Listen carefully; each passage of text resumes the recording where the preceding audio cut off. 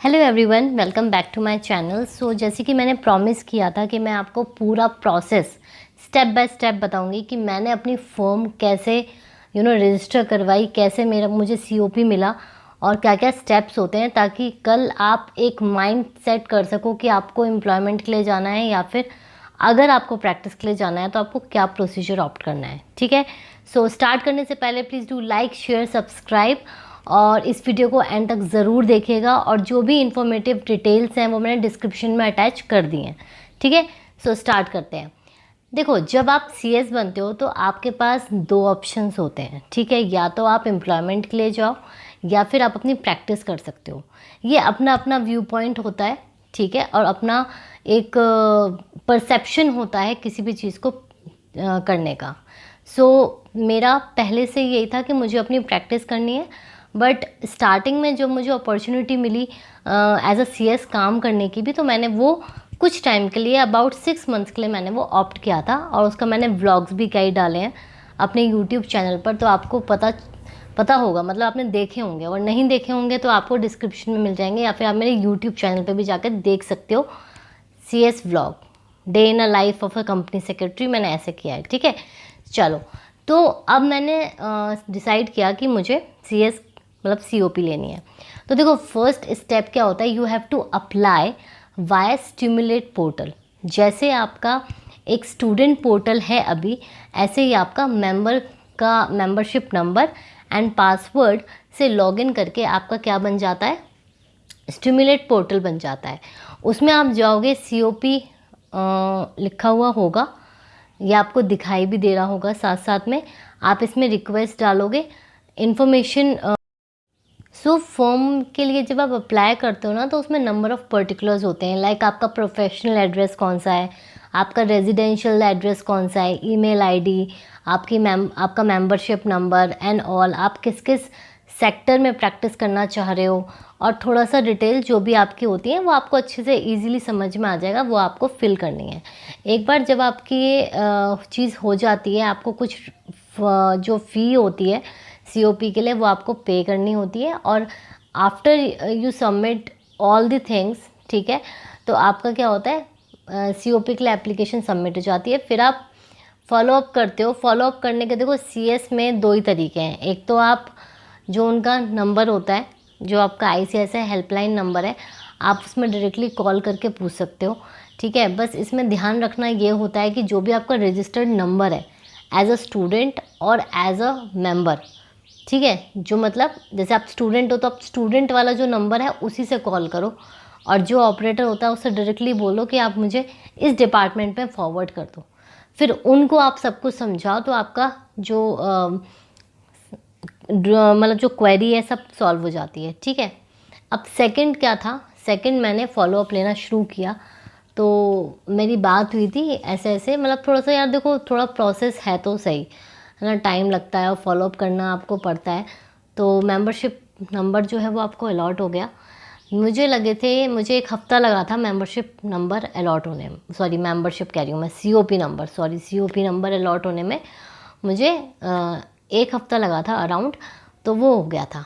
अब next process क्या होता है, अब आपका सीओपी नंबर आ गया, अब आपको फर्म रजिस्टर करानी है। ठीक है, अब फर्म के लिए जो गाइडलाइंस हैं वो आप आईसीआईसीआई की वेबसाइट पे जाके भी चेकआउट कर सकते हो।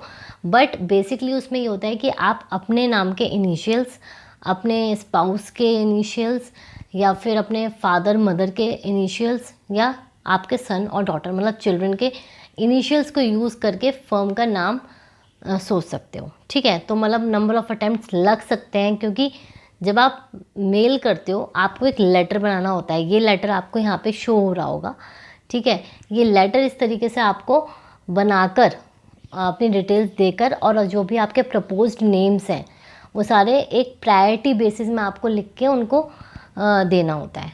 ठीक है, अलॉन्ग विद योर सीओपी जो आपका सर्टिफिकेट आया था उसके साथ। ठीक है, फिर डिपेंड करता है इंस्टीट्यूट की साइट से कि वो जो नाम आपने दिए हैं, प्रपोज नाम, उनमें से कौन कौन से अवेलेबल हैं।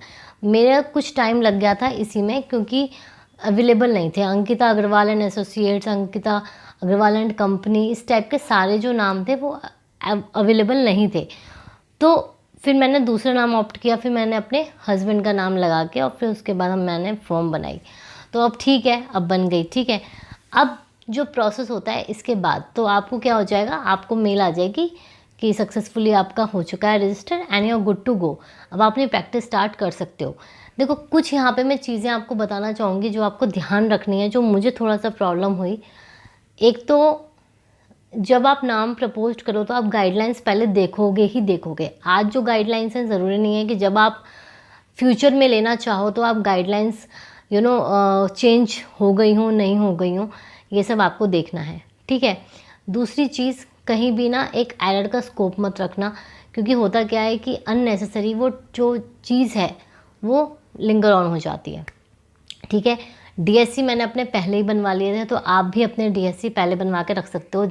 लाइक जैसे ही आपका फॉर्म का अप्रूवल होता है, यू स्टार्ट योर वर्क, तभी आप स्टार्ट कर दो अपना काम, ठीक है। कॉन्टैक्ट्स बहुत ज़रूरी हैं, ठीक है। और इसमें आपका कंप्लीट हो जाता है। फिर आपका आता है दूसरा प्रोसेस, थर्ड स्टेप, वो है आपका UDIN रजिस्ट्रेशन नंबर। वो भी आपको वेबसाइट से जाके पता चल जाएगा। जब आप इतनी फॉर्मेलिटीज़ करोगे तो वो तो आपका आराम से हो जाएगा। वो रजिस्ट्रेशन प्रोसेस होता है, उसमें जब आपकी फ़र्म अप्रूव हो जाती है उसके बाद ये थर्ड स्टेप है।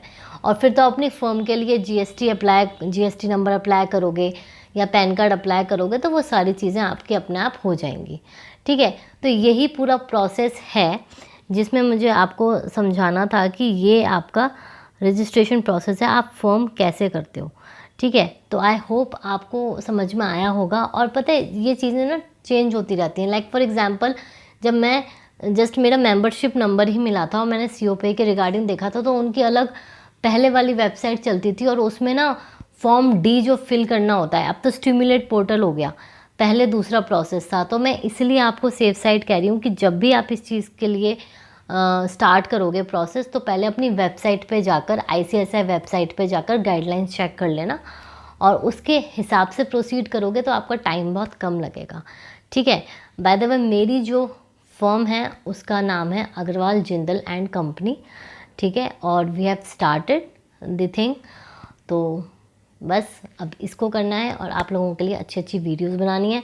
सो इस वीडियो को ज़रूर लाइक करिएगा, शेयर करिएगा अपने फ्रेंड्स या रिलेटिव्स के साथ जो एक फॉर्म रजिस्टर करना चाहते हैं as a PCS, practising company secretary, ठीक है। और स्टूडेंट्स के साथ भी आप कर सकते हो, just for knowledge and motivation factor कि कल आपको अपनी अगर फर्म स्टार्ट करनी है तो आप कैसे कर सकते हो, ठीक है।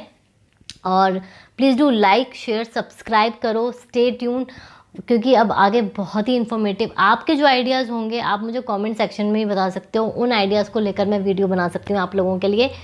सो bye bye, take care and all the best for your exams.